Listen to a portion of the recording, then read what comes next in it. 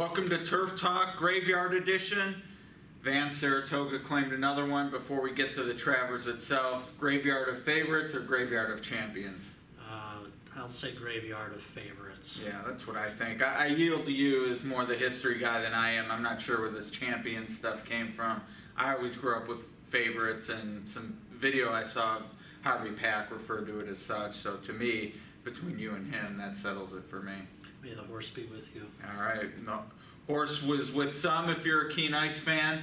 Upset American Pharoah in the Travers. Some feel like Frosted took it. Well, Frosted did take it to him. Some feel like it was a sacrificial effort. I thought if you're going to win, that's the trip you needed. Some others would probably have liked to have gotten that trip, but they weren't fast enough. American Pharoah was. Roar of the crowd when he put away Frosted, but keen ice, I mean, really it was sort of a Birdstone moment from 04 for me. It was clear he was going to win. No real drama in the final yards. A good race by both, but keen ice got it done. Yeah, you could just feel the crowd and the announcer kind of deflate when keen ice passed, just like what happened with Birdstone in the Belmont years ago. And I was a bit surprised it was Frosted who decided to go for the lead against American Pharoah, or at least press him very hard. That had a lot to do with the late jockey switch to Lascano after the injury to Castellano, I believe it was. So Castellano was on the winner. Oh, I'm sorry. Yeah. Rosario. Yeah, there we go. It was Rosario. I apologize to you, gentlemen. But yeah, American Pharoah, yeah, it was a very tough race for him. It was the first time he's been really pressured in quite a long time, and the mile and a quarter saw him out. Yeah, usually, I mean, he's had horses try to take it to him at various points of the race. This was the first time it was the same horse who was basically slugging it out with him. I go back to that Preakness, 3 different horses took a run at him, but between that, he got a breather somewhere along the line. That wasn't the case here. The first fraction, you could say, okay, 24 and change, maybe soft, but, as Tim Blade pointed out to me on Twitter, sub 24 for the interior fractions is definitely motoring, especially on that turn. Just took too much off him. Regardless, you say, yeah, it was a good race, valiant defeat, etc., etc.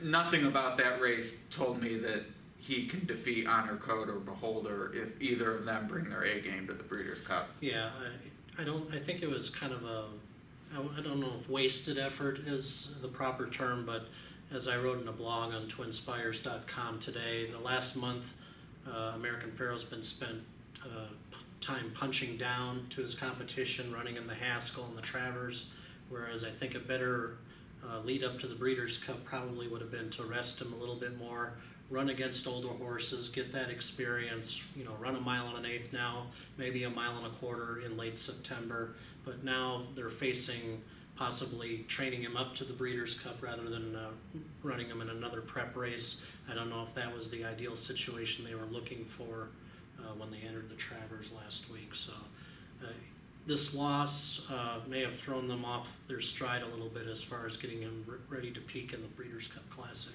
Yeah, they probably thought, we can win this race. And, it's a Travers. It's not only just another 3-year-old race. At least it is the biggest one on the calendar after the Triple Crown. But now that they've lost, they do have more to lose in the Breeders' Cup. Whereas, you run the table and then you go to Breeders' Cup and it's sort of the Zenyatta situation. Maybe you get beat and you could say, he did more in defeat than you ever did when you won, or some such nonsense. But that's not in play now. He's been beat by a horse he's beaten before. So I'm with you. It sort of turns the tables a little bit. I do think we'll see him in the Lucas Classic if he does run again, and then whether he goes to the Breeders' Cup, I'm sure will depend on what happens in there. I can't imagine there'll be much competition, but that's where I expect to see him, and it takes on a whole new dramatic twist. Instead of persevering the perfect season, now it's sort of the rebound race. Yeah, and it'll be interesting to see how much more money Churchill is going to be putting into the Lucas Classic. Presumably they'd have to hike it up to, 500, 750, something like that? I heard $1 million.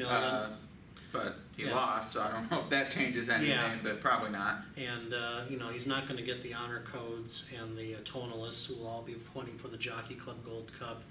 Beholder will probably stay in California, running the Zenyatta, or maybe the Awesome again, who knows about that. So you're right, he's probably not going to get the type of competition he'll see in the Breeders' Cup in Yeah. a few weeks after that. Although this has emboldened the connections of Key Nice. If the purse is good, I'm sure we'll see a rematch at Churchill. Yeah, that's a good point. Why not? That's his backyard too. Either way, though, I expect American Pharoah will train at Churchill. Key Nice will be there. Should set up for a big showdown on October 31st if everyone shows up. But in the meantime, who knows what we'll see in the coming weeks. Yeah, We'll certainly be talking about it, though. yes, we will. Here. Wise Dan, Beholder, Honor Code, lots of good big horses coming up. So talk about it next week. Join us then.